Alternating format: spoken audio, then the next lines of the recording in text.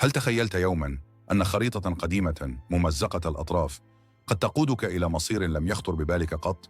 ها أنا ذا واقف وحيدا أمام فم مغارة سوداء تتوسط جبال الأطلس الشامخة التي لا تنتهي. الريح تعصف من حولي والبرد يتسلل إلى عظامي حتى كاد يجمد الدم في عروقي. قلبي يخفق بقوة غريبة كأنه طبل حرب يقرع في ليلة من ليالي عاشوراء.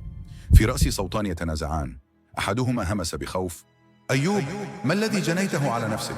عد قبل فوات الأوان. لكن صوتا آخر أقوى وأكثر عمقا صاح بي من الداخل: هذه هي اللحظة التي بحث عنها جدك، والفرصة التي حلمت بها طيلة حياتك.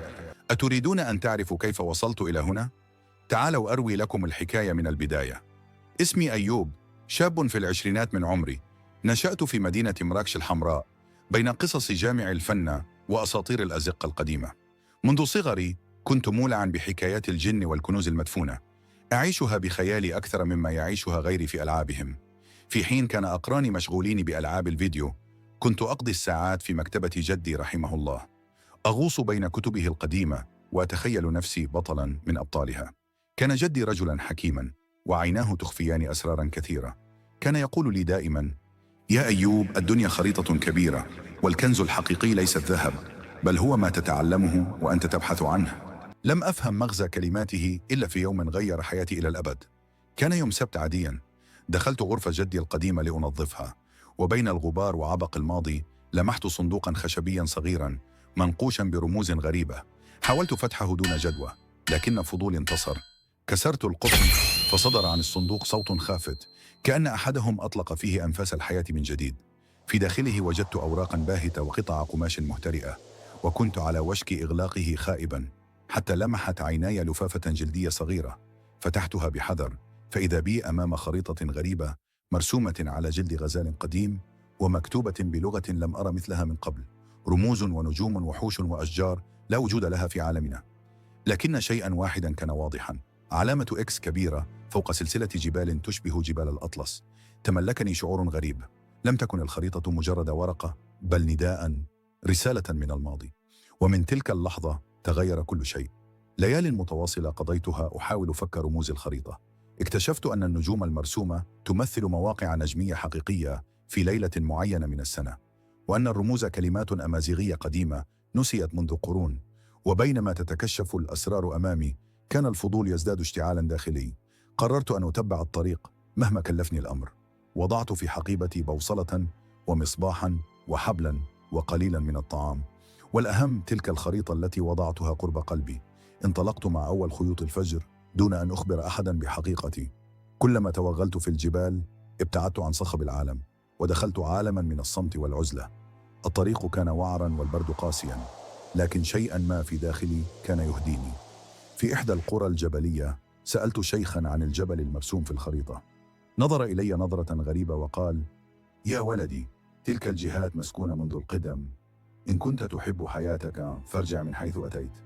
لكن كلماته لم تخيفني، بل زادتني إصرارا. وصلت السير حتى وصلت إلى هضبة عالية تطل على واد عميق تماما كما في الخريطة. بحثت طويلا حتى كدت أيأس، إلى أن رأيت سطرا صغيرا على الخريطة يقول: حين تعانق الشمس قلب الجبل سيظهر لك الطريق. ومع غروب الشمس حين لامست أشعتها الصخر ارتسم ظل غريب على الجدار، ظل على هيئة باب مقوس. وضعت يدي على الحجر فاهتز الجدار وأصدر صوتا عتيقا، وها هو الباب يفتح أمامي على عالم آخر. دخلت المغارة بحذر، والمصباح في يدي يرسم دائرة ضوء صغيرة وسط الظلام اللامتناهي. الهواء بارد وعابق برائحة ترابية نقية. الممر ضيق في البداية، ثم اتسع لأجد نفسي داخل قاعة عظيمة لا يرى سقفها. المنظر كان أشبه بالحلم، واللورات ضخمة تتدلى من السقف كالثريات، تشع ألوانا ساحرة: أزرق وأخضر وأرجواني. الأرض مغطاة بعشب فضي يلمع، وتنتشر فطريات مضيئة تصدر دخانا ملونا. وبين هذا الجمال الغريب ظهرت مخلوقات صغيرة شفافة كأنها من زجاج، تركض وتلهو بلا خوف مني. تقدمت أكثر حتى وصلت إلى شلال مقلوب. نعم، الماء يرتفع نحو الأعلى لا إلى الأسفل. لم أصدق عيني، لكن اللمسة وحدها أكدت لي أنه حقيقي. ثم جاء صوت غريب من الظلام. خرج من بين الصخور مخلوق مرعب، له 6 أرجل حادة وجسم أسود لامع كالعنكبوت العملاق. تجمدت في مكاني. رفع أحد أطرافه نحوي وظننتها نهايتي، لكنه لم يهاجمني، بل أشار إلى نبتة ذابلة بجانبي. أدركت أنه يطلب المساعدة. سكبت من ماء الشلال على النبتة، فتحولت إلى وردة بيضاء متلألئة. المخلوق انحنى احتراما ثم اختفى في الظلام. حينها فهمت الدرس الأول: ليس كل ما يبدو مرعبا شر في حقيقته. تبعت طريقي حتى وصلت إلى بوابة من الضوء الخالص تتماوج كستار حية. وراءها كنت أعلم ينتظرني السر الأعظم. مددت يدي، وحين لمست الضوء وجدت نفسي في قاعة كروية هائلة، جدرانها مرصعة بملايين البلورات المضيئة، وفي مركزها جلس كائن من نور ونجوم، له هيئة الإنسان لكن دون ملامح، وعيناه تشعان كشمسين صغيرتين. رن صوته في داخلي لا في أذني: من أنت يا ابن آدم؟ وكيف وصلت إلى هذا المكان المنسي؟ قلت بتردد: أنا أيوب، تبعت خريطة قديمة. ابتسم الكائن وقال: إذا أنت وريث الحكيم القديم، حفيد من وصل إلى هنا يوما ولم يستطع الدخول. ثم سألني بصوت مهيب: قل لي يا أيوب، ما الذي جئت تطلبه؟ الذهب، القوة، أم الخلود؟ أطرقت برأسي لحظة ثم أجبت: لا شيء من هذا. جئت أبحث عن المعرفة، عن الفهم. الكنز الحقيقي هو الرحلة نفسها، هو ما نتعلمه ونحن نبحث. ساد الصمت، ثم قال: جوابك صادق، لقد نجحت في الاختبار. نهض من عرشه ومد يده النورانية نحوي. طارت نحوي بلورة صغيرة تشع بضوء دافئ، وحطت في كفي. هذه هي دمعة النور، قال الحارس. ستضيء دربك حين تضل الطريق، في ظلام المغارات أو ظلام الحياة. حين عدت من حيث أتيت، كانت المغارة كأنها تودعني بأنغام شفافة من أوراق الشجر البلوري، والمخلوقات الصغيرة ترافقني حتى الباب. خرجت إلى ضوء الشمس والدفء غمر وجهي. أغلقت الباب الحجري خلفي وابتسمت. العودة إلى المنزل كانت أشبه بحلم. كنت أمشي في الطريق، لكن عقلي كان في مكان آخر.